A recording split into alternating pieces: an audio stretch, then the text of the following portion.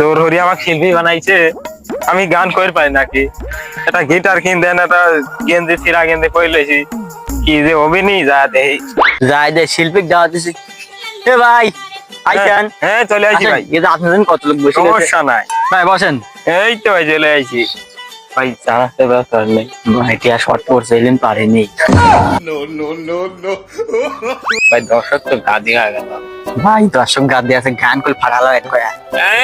ভাই এলাও নেই ভাই শোনো, কি শিল্পী আনছেন? গেঞ্জি ছিঁড়া, বক্স কো, মঞ্চ কো। ভাই সমস্যা নাই, শিল্পী ভালো গান করে। এই আন্তিকালে আমার মেলা টাকা লাগছে, 2-29 লাগছে। কি কন? আর চাপ দিয়ে না, কান বসেন। এই কেমন আছেন সবাই? খুব ভালো। এই মায়া মায়া মায়া মায়ার ভেতর। হ্যাঁ খুব ভালো লাগছে, আরেকটা গান বলেন।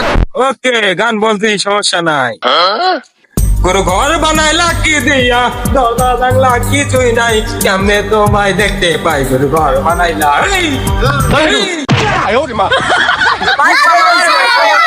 ওকে সমস্যা নাই, গান বলতেছি।